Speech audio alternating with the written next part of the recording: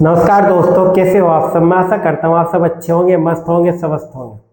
दोस्तों आज मैं आपके लिए एक जैसे कि कोई भी संख्या किसी भी संख्या की घात होती है, कुछ भी घात हो और यह किससे पूर्णतः विभक्त होगी या नहीं होगी ये बताने आया हूँ। इससे पहले मैं आपको थोड़ा सा एक मैथ में, गणित में एक बेसिक चीज बताने जाना चाहता हूँ। कौन सी बेसिक चीज है वहाँ, जैसे किसी भी संख्या की, क्या किसी भी संख्या के साथ कोई संख्या जुड़ी हुई है।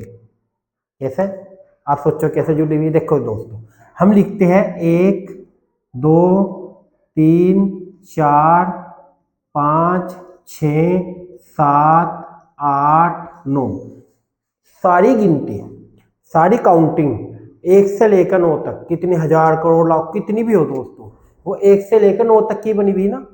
आप ही बताओ बनी हुई है 1 से 9 तक। हमें बताना क्या चाह रहा है आपको। मैं बताना चाहता हूं कि अगर 9 है तो उसके साथ एक भी है, 9 है तो उसके साथ एक भी है, मतलब इनको जोड़ को एक जीरो लाना।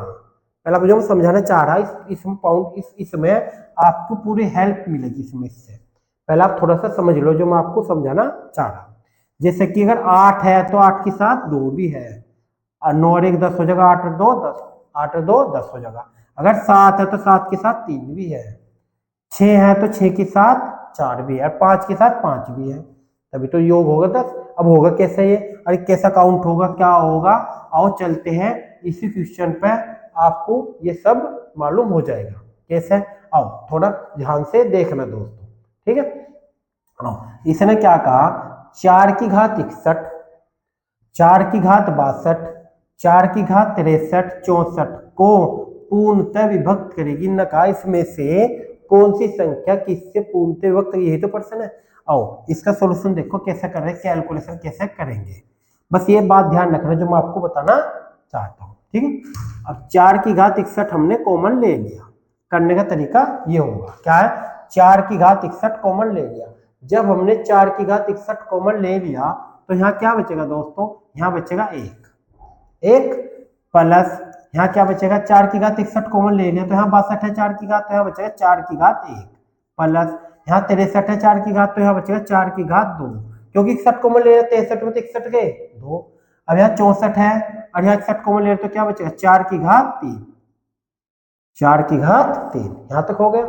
अब देखो 1 प्लस 4 की घात 4 जुका तो 4 चौक 16 और 4 चौक 16 चौक 64। अब दोस्तों मैं क्या कहना चाह रहा, मैं ये चाहता हूँ आपको इकाई अंक इसमें 4 है, इसमें हमें जोड़ना है, तो यानी कि इस 4 के साथ देखो 6 जुड़ा हुआ है, इस 4 के साथ 6 जुड़ा हुआ, तो यानी कि जैसे इसलिए तो कह रहा 4 के साथ 6 जुड़ा हुआ है।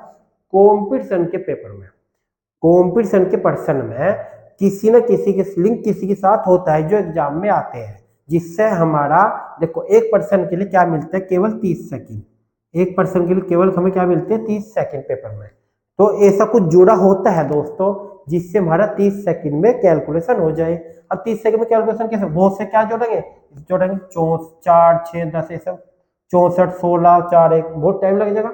हमें क्या करना है, ये 4 इसके साथ क्या 6 जुड़ा हुआ है, तो यानी कि 4 और 6 क्या हो गए 10 हो जाएंगे, तो 64 और 16 जुड़ा हुआ है टोटल, 64 और 16 कितने हो जाएंगे 80, 80 हो जाएंगे दोस्तों। और 4 और 1 5 हो जाएगा, 80 और 5 85 हो जाएंगे। अब 85 आ गए हैं इन्हें जोड़ के। अभी मैं आपको 1-2% में और इस टाइप का बताऊंगा तो अच्छे से समझ आ जाएगा। 80 और 85 हो गया। अब ये 85, ये 50 नहीं 80, 85 85, ये किससे कटेगा, ना 3 से ना 10 से ना इनमें से किसी से काउंट कर नहीं कटता। अब देखते यहाँ 4 था, अब इसमें यहाँ एक और 4 ले लेंगे, क्योंकि 4 की घात 61 हमने कॉमन ले रखा दोस्तों। इसमें क्या करेंगे, एक और 4 ले लेंगे। अब हम जब 4 की गुणा इसमें करेंगे 5 चौक 20, इकाई अंक 0 आएगा। अब देखो इकाई अंक 0 वहां कहाँ है 10, तो 10 से कट जाएगा, क्योंकि 10 का नियम बता रखा हूं मैं आपको, जिस संख्या में इकाई अंक 0 हो वो 10 से कट जाएगा, विभक्त हो जाएगा।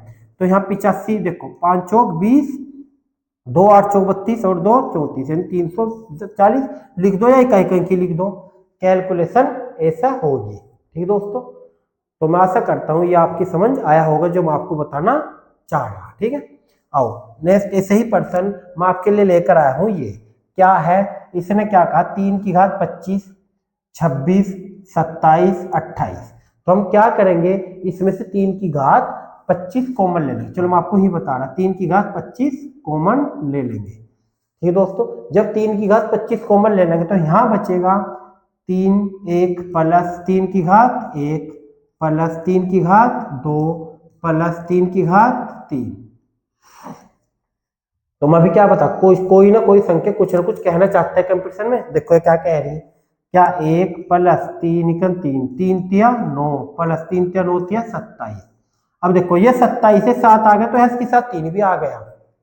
मैं कहना चाह रहा था आपको इस टाइप के प्रश्न को, क्या है ये 27 आ गया तो इसके साथ 3 भी आ गया, तो 27 और 3 कितने हो गए, और ये 9 आ गए तो इसके साथ 1 भी आ गया। ठीक है, जोड़ने का तरीका, 27 के साथ क्या आ गया 3, 27 और 3 30। इससे क्या होगा, जीरो बनाकर थोड़ा जल्दी कैलकुलेशन हो जाती है, गुना भी हो भाग भी हो या कुछ भी हो सकता है। अब यहाँ 9 है तो इसके साथ 1 भी आ गया, 9 और 1 10, तो 10 और 3 क्या हो गए 40।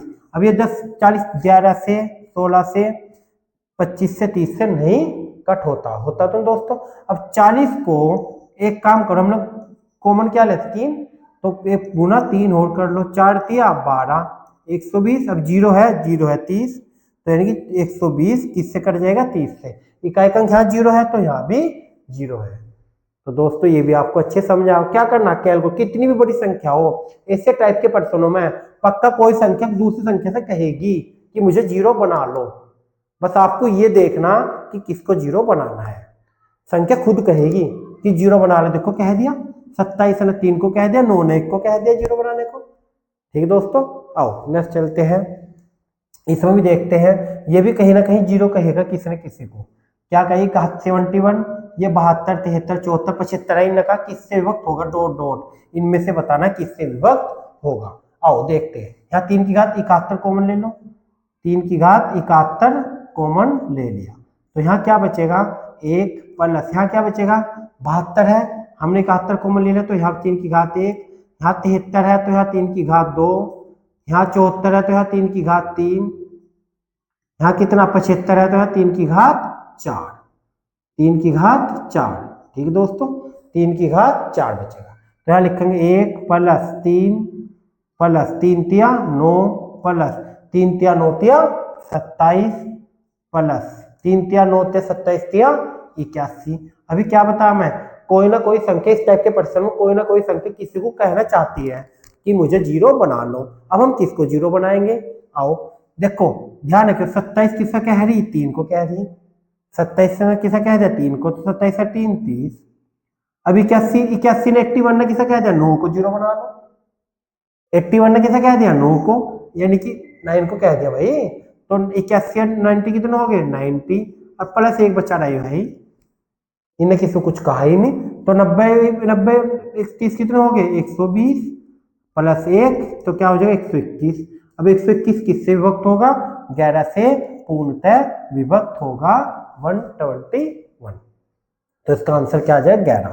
तो दोस्तों मैं आपको बताया हूं इस टाइप के प्रश्नों में कि कैसे कैसे कैलकुलेशन करते हैं और ये किससे विभक्त होते हैं। इस टाइप के क्वेश्चन वेरी वेरी इंपॉर्टेंट आते हैं पेपर के लिए, पेपर के पहले तो कोई सा भी एग्जाम हो उसके लिए बहुत ही महत्वपूर्ण है। ठीक है दोस्तों, तो वीडियो कैसी लगी है कमेंट करके बताना। थैंक यू दोस्तों।